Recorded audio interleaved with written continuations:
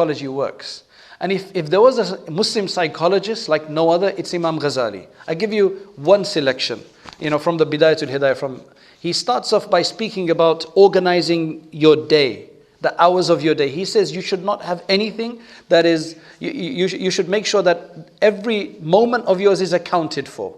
And all your activities are murattab and organized according to your timetable, and you should never you should never overcome that time and do something else in that time. You should keep it as particular as possible. And then he says, وَبِهِ تَظْهَرُ بَرَكَةُ الْأَوْقَاتِ.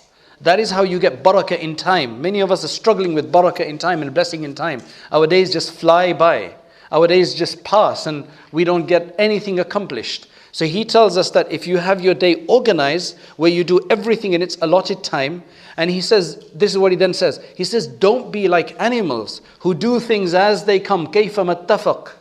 Right? As they come along, they do it. So this comes along, okay, let me take care of this. Oh, that looks green, let's go there. That looks nice and fancy, let's do that. Have a time for everything.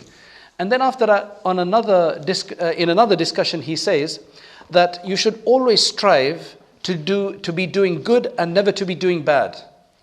Right? So you should always be a person of benefit and not a person of harm or inconvenience to others.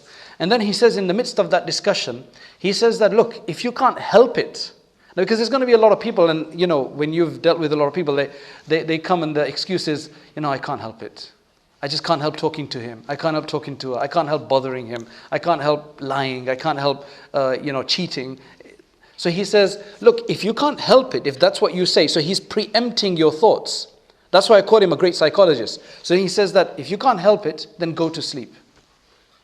He says, why? Because sleep is a neutral state. Neither do you benefit and neither will you harm anybody. It's a neutral state. Now, again, look at where his mind is. There's going to be many people even now thinking, man, that's a good fatwa. Right? I'll go to sleep.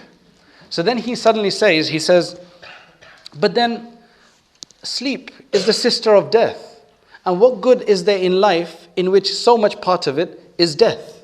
So then he jerks you back to reality. So essentially coming back with the argument that the only way is to be good and not to do anything bad, because even sleep is not a good idea. I just find him that he just talks to your heart. He just gets right to the bottom of things. He doesn't beat around the bush. He gives it straight.